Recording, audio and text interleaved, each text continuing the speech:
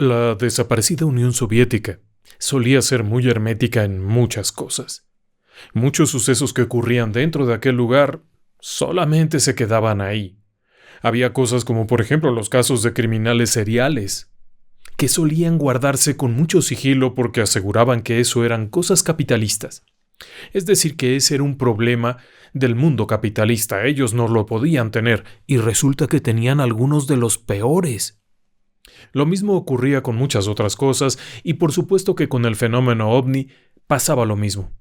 Por lo regular, cualquier alusión al tema ovni dentro de la antigua Unión Soviética inmediatamente era negado. Ahí no pasa nada, ahí no se estudian ovnis, ahí ni siquiera llegan los ovnis, ahí no ocurre nada. Pero la realidad es que algunos de los casos más impactantes del fenómeno ovni ocurrieron allá. Y sí, con la caída de la Unión Soviética en 1991 y la desaparición de muchas de esas barreras, no todas, pero sí muchas de esas barreras, se pudieron conocer detalles impresionantes sobre experiencias que se vivieron en aquellas regiones, y alguno que otro detalle que nos deja con la boca abierta. Si a usted le gusta la temática ovni, esta noche le invito a que me acompañe. Es un caso interesante y poco conocido, pero que realmente creo que tiene mucho que enseñarnos. Bienvenidas y bienvenidos. Comenzamos. Relatos del lado oscuro. Historias que otras mentes prefieren ignorar. En la antigua Rusia de los zares ya se conocía el fenómeno ovni. Sí, aunque parezca increíble, en 1663, durante el gobierno del zar Alexis Mikhailovich, hubo un incidente ovni mayor. Y fue un incidente interesante. Fue en un lugar conocido como Belozersk. El fenómeno ocurrió el 15 de agosto de 1663 a eso de las 12 del día. Era un miércoles, pero era fiesta de guardar. Era el miércoles de la Asunción. Y por lo tanto, muchas personas habían acudido a la iglesia.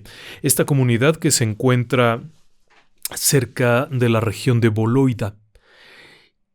Además se encuentra cerca también de un lago, el lago Veloye. Es una zona que en aquellos años, en 1663, era bosques más bosques y agua. Y todavía hoy en día sigue siendo bosques más bosques y agua. El detalle es que en aquella ocasión, mientras la gente iba hacia la iglesia y también había puestos que vendían cosas, vamos, era una verbena, era una fiesta importante, así es que aquello se volvió una fiesta popular. De pronto, las personas que se encontraban afuera comenzaron a hablar de que había algo en el cielo. Algo estaba ocurriendo en el cielo. Es 1663, es decir, hace muchos años. Y la gente comenzó a murmurar que algo había ahí. Y sí, si levantaba uno la vista en aquel año, ahí había algo. Era un objeto volando. Este objeto, según se describe, era una especie de esfera. Una esfera que arrojaba fuego. Y que por la parte del frente, o por lo menos en alguna parte como sea que se pueda interpretar, había dos columnas de fuego como si fueran los propulsores. Además de esto, a su alrededor había nubosidades que se estaban formando. El aspecto de aquel aparato era algo completamente diferente a lo que se conociera. Nunca había sido visto algo así, y evidentemente no se trataba de un globo. En estas regiones no había eso. Pero por si faltaba algo, de pronto, aquel extraño artilugio que había provocado que toda la gente saliera, la gente que estaba en la iglesia salió corriendo a ver de qué se trataba, gente que estaba en sus casas, el pueblo entero salió a ver aquello, porque además estuvo durante un buen rato. Hay quienes dicen que pudo haber sido 15 minutos, 20 minutos, ¿cómo saberlo? Son muchos años de distancia, pero el detalle es que las personas salieron de donde estaban para poder ver aquel portento a mediodía. Plena luz, cuando de pronto comenzó a emitir un sonido horrible, un sonido aterrador. El sonido era tan terrible que provocó que las personas comenzaran a correr en todas direcciones sin ton ni son. Algunos buscaban volver a la iglesia para que el cura aquel echara bendiciones o algo. Pero muchos otros parecían abotargados. Es curioso. Y la descripción de aquel entonces es como si estuvieran perturbados. Es un relato muy antiguo, pero bueno, el caso es que aquello cruzó el lago y lo volvieron a ver del otro lado, y después regresó y anduvo por ahí un rato. Hay quienes consideran que pudo haber estado cerca de 2 horas en diferentes lugares, antes de que se reportara como que había elevado el vuelo, como que se había elevado rápidamente y había desaparecido. Para las personas de aquel entonces esto no era otra cosa que un fenómeno místico. Había ocurrido en pleno día de la Asunción, había sucedido a plena luz del día. ¿Qué otra cosa podría ser? Ni siquiera existía la idea de los aviones ni de nada. Así es que aquello era un portento del cielo. Se hicieron numerosas celebraciones religiosas y el propio zar, Alexis Mikhailovich, ordenó que se hiciese una investigación, enviando a sus mejores hombres a tratar de averiguar qué era aquello. El asunto concluyó redactando un informe que se conserva hasta nuestros días. ¿Por qué le platico esto? Algo tan antiguo, algo ya de tanto tiempo atrás. Bueno, porque estos fenómenos han asolado esta región ya desde entonces. Este es uno de los primeros reportes de los que se conserva alguna información más o menos redactada. Muchos otros de los casos eran simplemente narraciones sobre hechos que ocurrían y muchos otros eran simplemente especulaciones. Pero este está allí. Pasaría mucho tiempo antes de que hubiera un nuevo reporte. Y en esta ocasión sería en noviembre de 1928. Pero esta vez el reporte ya es en una época mucho más moderna. Ya es la Unión Soviética, ya no está el zar, ya no hay iglesia, ya no hay fenómenos místicos, la gente ya no puede creer en eso. Pero ocurre algo increíble. Aquel noviembre de 1928, en una zona cercana al lago Onega, de hecho un poco al este del lago Onega, en la región del lago Vodlosero, en Karelia, la República Socialista Soviética Autónoma de Karelia. Un lugar bellísimo, bellísimo verdaderamente. Pero noviembre es increíblemente frío. Para ese momento el lago Vodlosero está congelado. Y resulta que de pronto los habitantes de aquel lugar ven que hay algo en el cielo. Sí, ya se conocían los aviones, ya se sabía que existían los aviones, los dirigibles, todo aquello. Pero la gente de esta comunidad a orillas del lago, cuando levanta la vista, lo que ven les sorprende enormemente. Es una especie de cilindro grande que ha salido de entre las nubes y ha comenzado a descender aparentemente de forma rápida. Es grande, pero no demasiado grande. No es difícil precisar. A quienes consideran que pudo haber tenido unos 8 o 10 metros de largo, otros consideran que pudo haber sido hasta de 20 metros. Las versiones eran muy variadas. El detalle es que aquello sigue bajando, y de pronto choca contra el lago. Como si no hubiera calculado correctamente y termina estrellándose contra el lago congelado. Permanece unos instantes ahí, pero ha fracturado el hielo, y después de fracturar el hielo aquello comienza a hundirse. Los habitantes de esta región cercana al lago comienzan a acercarse, por supuesto. Hay algunas poblaciones en las inmediaciones y hay un pequeño puerto que en ese momento está sin barcas, porque está todo congelado, pues por ahí se acercan y están observando aquello cuando de pronto notan que de entre el aparato aquel y el agua, es difícil precisar cómo, pero sale algo. Un ser vivo.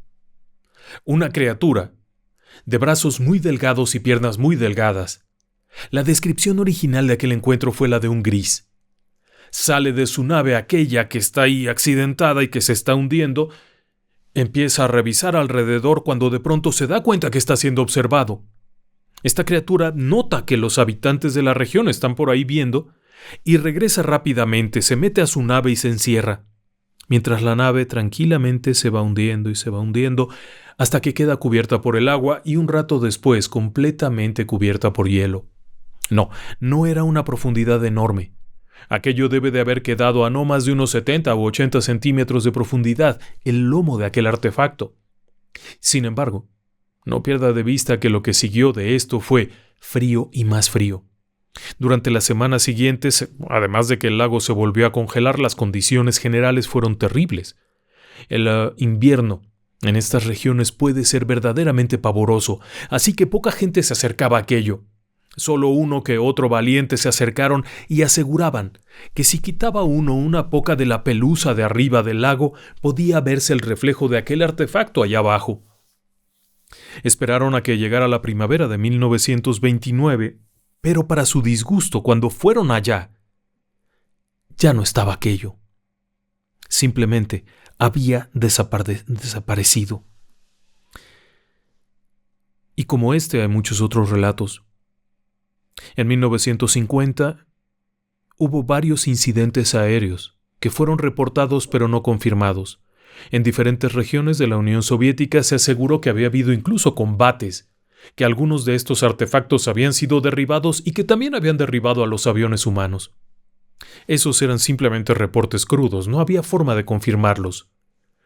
Pero entonces aparece uno de los casos más importantes. El caso de Petrozavodsk. Sí, es complicado pronunciarlo. Petrozavodsk, una ciudad a la orilla del lago Onega. En 1977 era una ciudad grande, algo más de 200,000 habitantes, industrial, maderera. El lago sirve como una zona de transporte. El lago Onega es un cuerpo de agua dulce enorme. Pero hay varias ciudades asentadas a su alrededor y de ahí se puede transitar hacia otras regiones de la Unión Soviética mediante trenes. Sí, la Unión Soviética, para quienes son muy jóvenes y no tuvieron oportunidad de saber esto, en su momento, era un conjunto de repúblicas, es decir, que eran países que en otro tiempo habían sido independientes, ahora formaban un gran grupo, conocido como la Unión Soviética. Y se decía que estaban detrás de la cortina de hierro. Se decía esto porque había mucho hermetismo sobre cualquier cosa. Era un gobierno comunista, un Estado comunista, en donde había mucho control no solamente de las cuestiones financieras y económicas, sino de la vida social, hasta de la vida familiar. El gobierno abarcaba prácticamente todo y cualquier cosa tendría que ser sometida al escrutinio del propio Estado, ya fuera a través del partido y los comisarios comunistas o a través de la KGB, en algún momento NKVD, dependiendo del tiempo. Esto tenía que ser muy revisado. Todo pertenecía al Estado. La agencia de noticias era una agencia estatal. La agencia de televisión era una agencia estatal. Las agencias en general, todas y todos los organismos eran del Estado. Lo mismo el trabajo, las fábricas, prácticamente todo. Y eso hacía que fuese mucho más fácil el control de la información, a diferencia de otros países como Estados Unidos, en donde había ciertas libertades, vamos a decirlo, que no eran muy reales porque en realidad había mucho control también, pero se podía filtrar algo.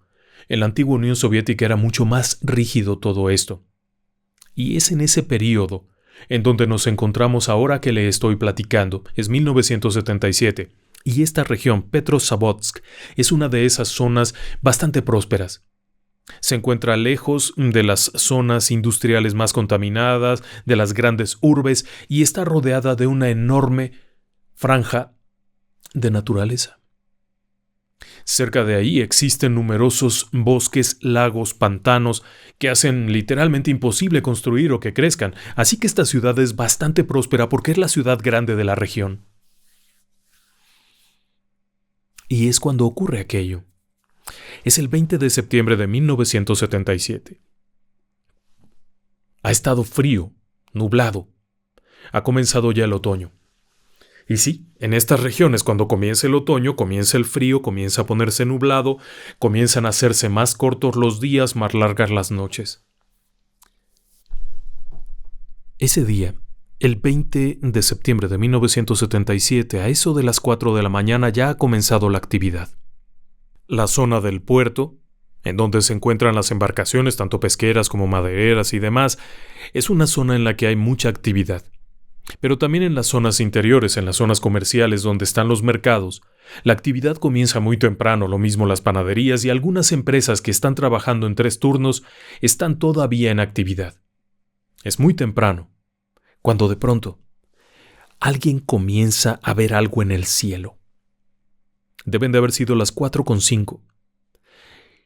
Es en dirección oeste, es decir, viendo hacia la zona donde se encuentra Finlandia y todos aquellos territorios.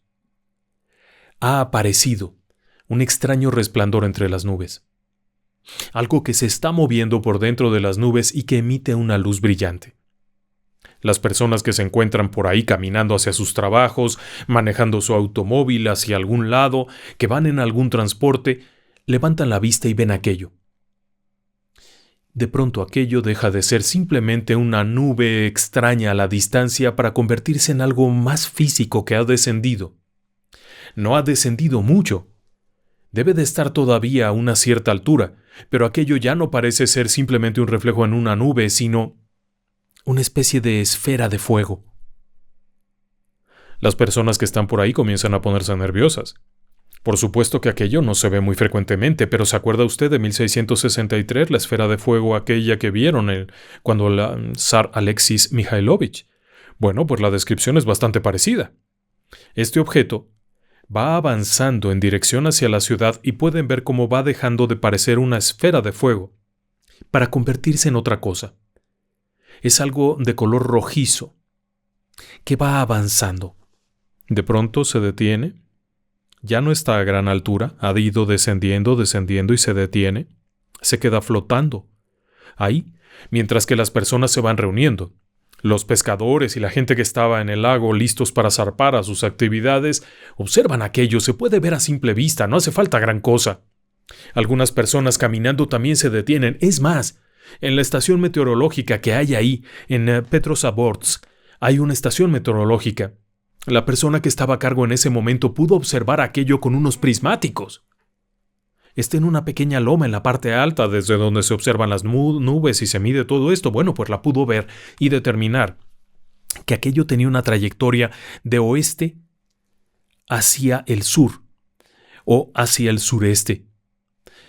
Puede no parecer importante las trayectorias y los detalles que le estoy describiendo, pero créame que sí es importante. El asunto es que aquello está ahí detenido prácticamente hasta que vuelve a moverse. Este asunto es que se va acercando a la ciudad y deja de parecer la esfera, ahora parece ser una especie de... ¿cómo llamarlo? Media esfera quizá, una especie de plato, pero mucho más alto. No solamente un plato plano, sino algo más alto, de color rojizo, que emite este rayo raro, esta luz rara, va avanzando y justo cuando está por llegar a la ciudad, comienza a emitir un sonido horrendo, parecido a una sirena estridente. ¿Le recuerda algo? Le conté algo antes, lo repito. En 1663 la gente se alarmó porque escuchó algo parecido, y esto es tan fuerte que las personas tienen que cubrirse las orejas porque aquello parece que les va a estallar el oído. El asunto está en que aquello permanece haciendo ese ruido un instante y después se detiene. La gente respira aliviada, la gente que estaba en el muelle, los pescadores. Muchas personas que estaban durmiendo en ese momento se incorporan para ver qué pasa y se percatan de algo extraño. Cuando se están levantando de sus camas, y esto lo declararían después, comenzaron a sentir electricidad. Como si de pronto se hubieran frotado la ropa con las sábanas y hubiera electricidad, como si la electricidad en el ambiente estuviera en sus ropas y en sus cuerpos. Esta sensación de electricidad fue algo muy raro. Y después vino lo peor. De pronto, aquel extraño objeto comenzó a moverse más y más en dirección a la ciudad. Estando en las orillas fue entrando, y comenzó a aparecer una especie de halo, como si fuera una especie de disco alrededor, muy brillante, de una luz muy intensa. Y entonces, por la parte de abajo de aquel objeto aparecieron dos rayos. No hay forma de decirlo de otra manera. Hay quienes lo describieron como si fueran unos elevadores que bajaban, 1 y 2. Aquello se movió un instante, avanzó un poco sin emitir ningún otro ruido. No escuchaban motores, no escuchaban hélices, pero se vieron estas dos cosas descender. Momentos después, sube una y enseguida sube la otra. Regresan hacia el cuerpo de este objeto que ha comenzado a brillar de una forma diferente. Este objeto que estaba allí flotando, lentamente moviéndose, de pronto comenzó a tener pequeños brillitos, como si fueran estrellitas, como si esto tuviese estrellitas en la parte de abajo que tiltilan. Es un movimiento extraño. Es de noche porque son las 4:00 de la mañana. Aquí amanece después de las 7. Está entrando ya el otoño, así es que amanece más tarde. Está muy oscuro aquello. Y las personas están viendo esto. Muchos están como raros. La descripción que harían tiempo después en las investigaciones sería que por el momento se sintieron atarantados, sería el término, lentos, como si algo no estuviera bien y no pudieran moverse con agilidad, como si una extraña pereza los hubiera dominado. Hay quienes consideran que habrían sido una especie de obnubilación, porque muchos de ellos no pueden dejar de ver esto. Hay algunos que están verdaderamente asustados, pero no pueden correr. Hay gente que desde sus ventanas están viendo, pero no pueden dejar de verlo, aun cuando han sentido temor, cuando han visto estas luces, y ahora que están estas lucecitas ahí, pareciera un presagio de algo, y sí, efectivamente, unos momentos después, aquello comienza a pulsar. Hacer un movimiento pulsatorio con las luces se hacen más intensas, menos intensas, y es cuando comienzan a salir una serie de rayos que se van volviendo un poco curvos y se dirigen a la tierra. Son pequeños rayos, como flechas. ¡Fum, fum, fum, fum, fum! La gente que estaba en el puerto corre hacia sus barcas, hacia lo que puede esconderse, pero nuevamente muchos de ellos se quedan paralizados. Tienen temor de que este es el fin del mundo. Hay alguien que grita: «¡Nos bombardean!», pensando que se trata de un ataque nuclear. Y podría parecerlo, porque aquello baja, pa, pa, pa, y de pronto alguien se da cuenta que cuando golpea la tierra, quema el pavimento, se agujera, y alguien que estaba en su ventana grita horrorizado, porque aquello al chocar contra la ventana le ha hecho un agujero a la ventana, al vidrio de la ventana, y al ingresar hacia adentro de la casa ha quemado cosas. Es el pánico total. Pero simultáneamente a esto, también comienzan a ocurrir otros fenómenos, además de que la gente está en esta especie de lapsus, de no moverse, de no actuar. Ha fallado el alumbrado público. Alguno de los motores que estaba encendido en las barcas se ha detenido. Un médico que va manejando su automóvil reportaría después a la agencia de noticias TASS que éste se detuvo en seco y que cuando levantó la vista vio aquellas cosas ahí, y en el ambiente reinaba un penetrante olor a ozono. ¿Cómo supo que olía a ozono? Bueno, pues porque este hombre era un médico que tenía algún contacto con eso y sabía de lo que hablaba. Pero el resto de las personas declararía únicamente haber percibido esta extraña electricidad. La falta de capacidad reactiva, es decir, que querían correr, esconderse en alguna parte, pero algo les impedía actuar rápidamente, y el penetrante olor aquel. Algunos lo describieron como un olor desagradable, otros de otras formas, pero al final del día, el único testimonio que más o menos se acercaba era el de este hombre que aseguró que olía a ozono. El detalle es que esto durante un par de minutos hace esto de estar lanzando estos rayos como si fuese una medusa. Existió una foto. Hay una foto. El problema es que nadie sabe dónde está. La imagen que ahora mismo le estoy presentando y que usted puede ver es una reproducción de aquella foto. No existe la foto original, pero esto es lo más próximo a una imagen de aquel fenómeno. Esto duró durante varios minutos, estuvo aquello durante varios minutos. Hay quienes calculan que pudo haber durado hasta 15 minutos haciendo todo esto. Acto seguido aquello se eleva y penetra el banco de nubes. Desde la estación meteorológica de Petrozavodsk, uno de los técnicos que estaba allí esa madrugada pudo ver cómo este objeto, al penetrar, literalmente abrió un agujero en la nube de un color intenso, de color rojo intenso, para después comenzar a moverse. El objeto sobrevoló del otro lado del lago Onega, en la orilla siguiente, y todavía pudieron verlo mientras viajaba en dirección noreste. Es decir, que había cambiado de direcciones, había estado detenido varias veces, había variado su altitud, había ascendido, había descendido, fue visto en varias regiones e inclusive pasó por encima del cosmódromo que está a 200 kilómetros, el cosmódromo de Plesetsk, que está mucho más hacia el este. Fueron los últimos puntos en los que se vio antes de que se elevara y desapareciera. Por supuesto que un avistamiento de este tamaño no pasaría desapercibido aún en la Unión Soviética, aún con todos los límites que había y todas las restricciones.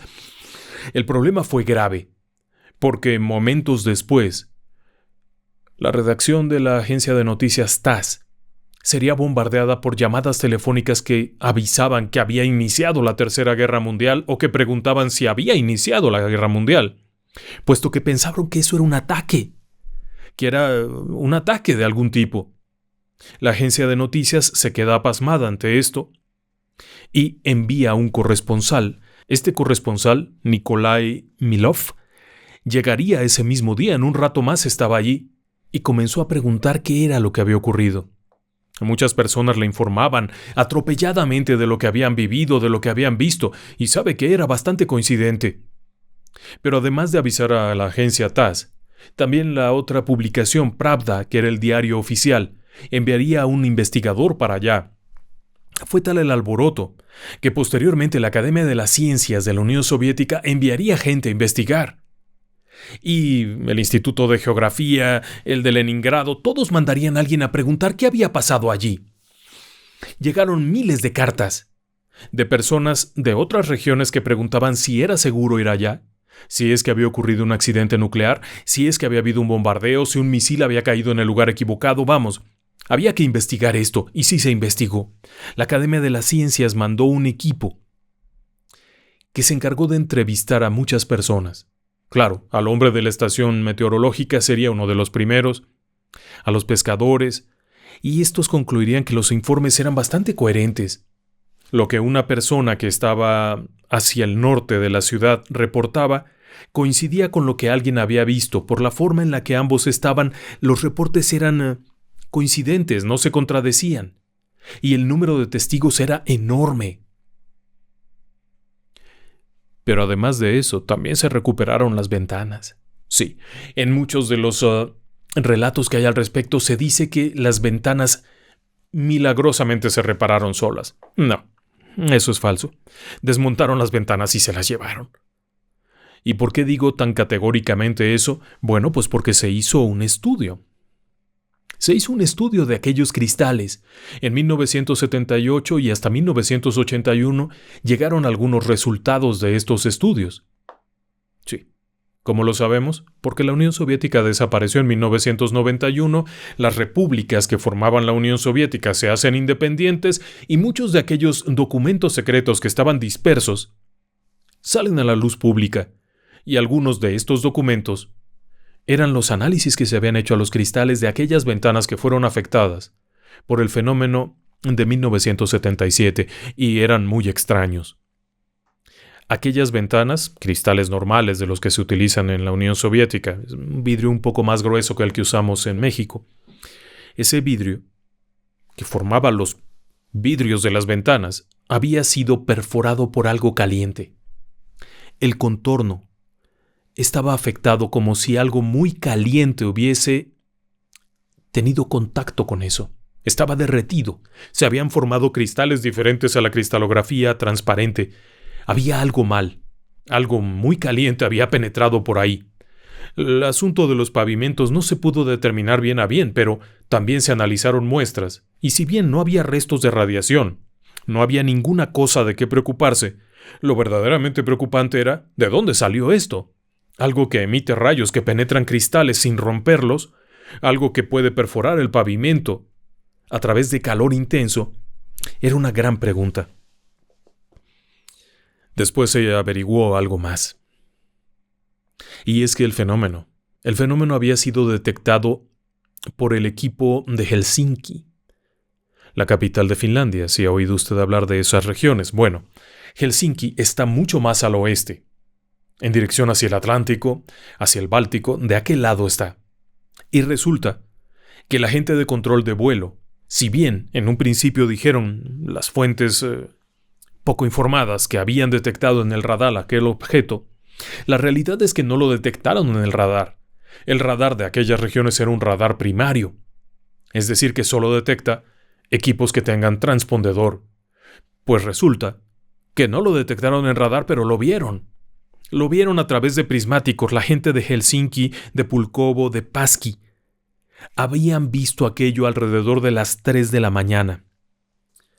Es decir, 1 hora antes de que lo vieran allá, en el lago Onega, lo habían venido viendo en diferentes puntos con una trayectoria desde el oeste hacia el lago Onega.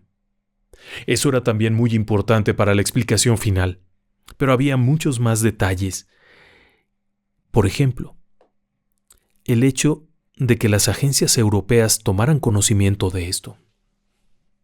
Si usted pensaba que todo esto era una leyenda y que algo tan fantástico no podía haber ocurrido, no se equivoque. El asunto llegó a ser tan sonado que agencias como el GEPAM francés, o incluso como el CUFOS o CUFO de Estados Unidos, o el MUFON, el Mutual UFO Network, pidieron referencias e informes. Pero más allá de los ovnis, el GEPAM es una agencia que se dedica a estudiar fenómenos aéreos anómalos, lo mismo que en Estados Unidos, pero más allá de eso lo que pedían era información. Diferentes agencias nucleares de Europa y de Estados Unidos pedían informes acerca de un posible accidente nuclear.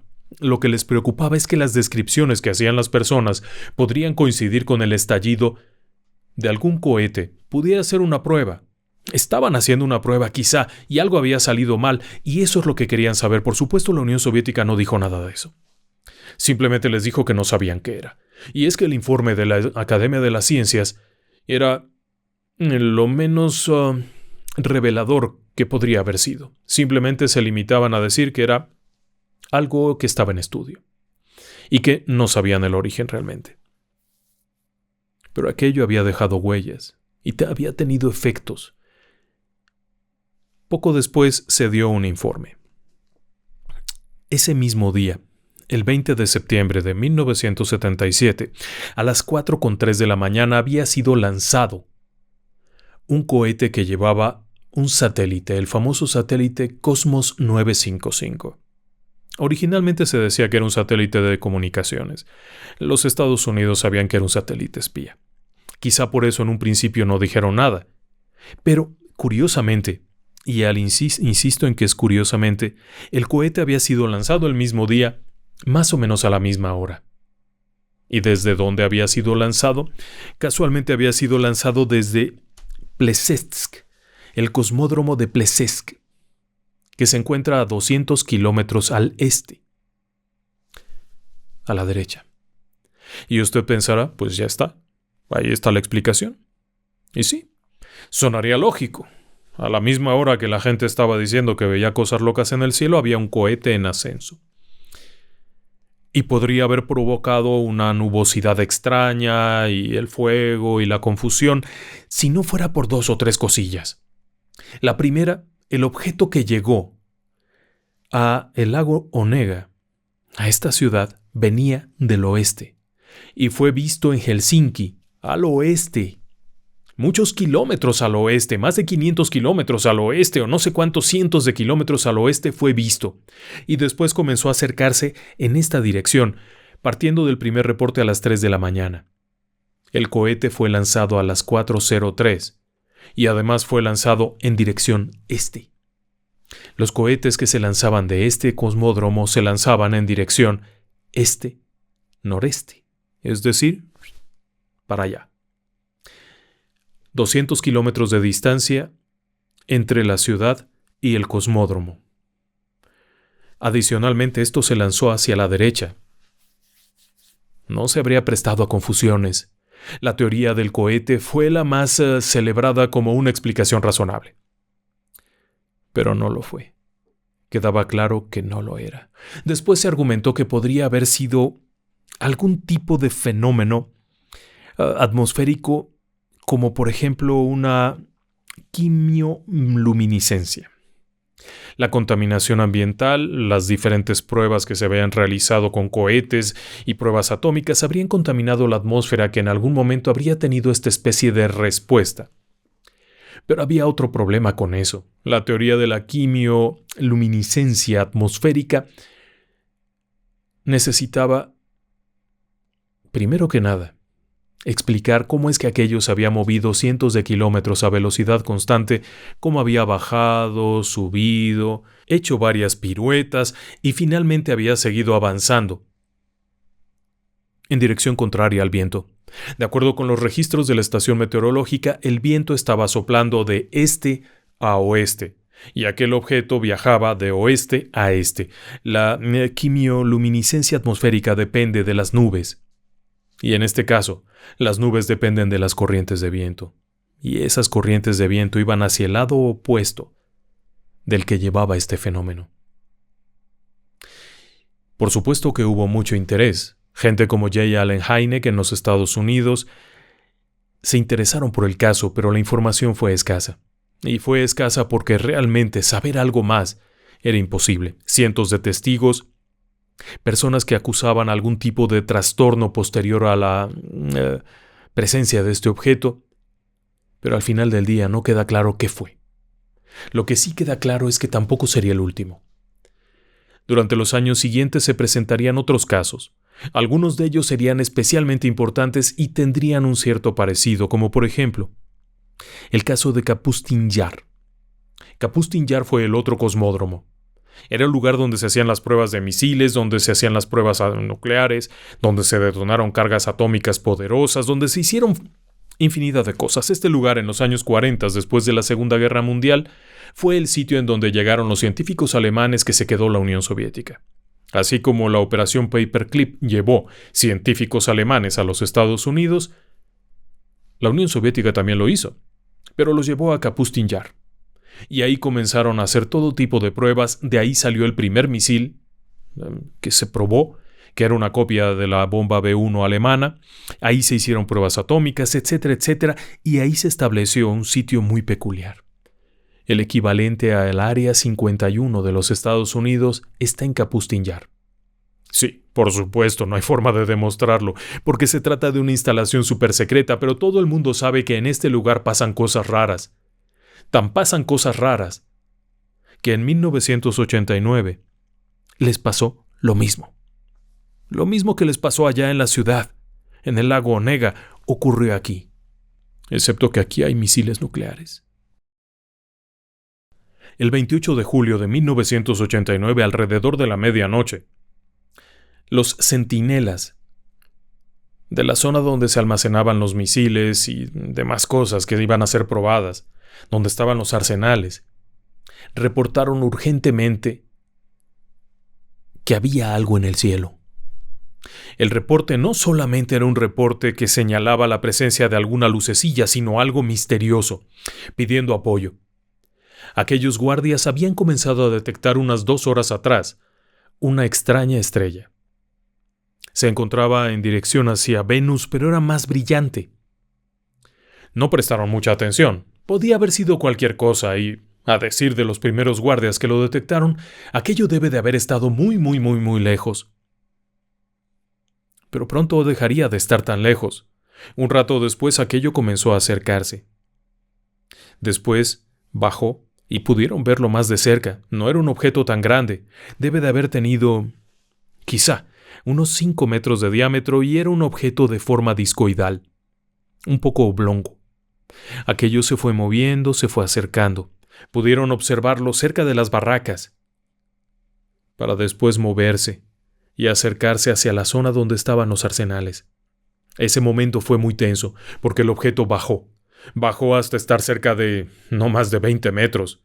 Y mientras lo estaban observando, allí los guardias dispuestos a disparar, pero sin saber por qué. ¿Cómo le disparas a algo que está encima de un almacén donde están guardados cohetes? No se confirmó nunca si había ojivas nucleares ahí o no, pero por lo menos había combustible de cohete y había armamentos muy sofisticados. Así es que se abstuvieron de disparar. Pero fue entonces cuando pasó lo peor, porque de pronto Y exactamente igual que en el lago Onega, aquello emitió un ruido similar a una sirena, un sonido muy fuerte, casi estridente, y acto seguido comenzó a lanzar ese haz de luz extraño que comenzó a hacer una especie de círculos y se fue moviendo y se fue moviendo, como rastreando, como midiendo. Aquello siguió moviéndose. Los guardias pidieron ayuda y volvieron a pedirla, pero no pasaba nada, hasta que finalmente escucharon a la distancia acercarse el sonido de un avión, un jet de combate.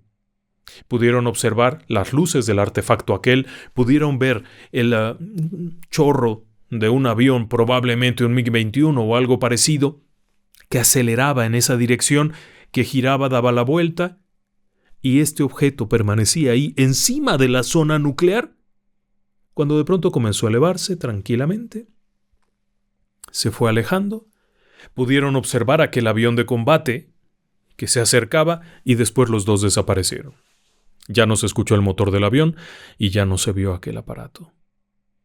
Así que sí. En Estados Unidos siempre se ha hablado del fenómeno ovni. Tenían un proyecto Libro Azul que presumía ser una forma de investigar cabalmente y de forma racional los fenómenos aéreos anómalos.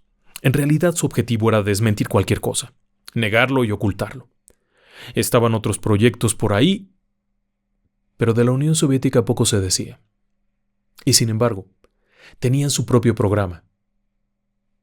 Y estaba ahí, en Kapustin Yar, ese lugar en donde teóricamente habrían sido llevados los restos de 2 naves capturadas en los años 50, ese lugar en donde se hacían las pruebas y en donde se guardaban los secretos. Y fue un lugar que en algún momento también fue asediado por el mismo tipo de aparato. Y aquí lo que me hace a mí ruido, lo que más me llama la atención es que los reportes desde 1663, estamos hablando de 362 años atrás, hablan de este artefacto que emite un sonido estridente, emite estos extraños rayos de luz, solamente para después irse, como si nada más viniera a curiosear un poco, a tomar unas muestras de algo, pero que resulta sumamente peligroso, porque el reporte de Kapustin Yar de 1989 señala que el avión desapareció. El avión que intentaba interceptar esto, aunque no hay evidencia, obviamente. Y luego, si tiene usted el otro caso del 89 de Voronezh, en donde los niños vieron este objeto y vieron al tripulante del objeto, y los policías vieron a los niños, al tripulante y al objeto, vamos a decir que en la Unión Soviética hay muchos secretos que todavía faltan por conocerse, pero que, probablemente, tengan muchos más informes que los propios Estados Unidos. Muchas gracias por haberme acompañado esta noche. Buenas noches y que descansen en paz.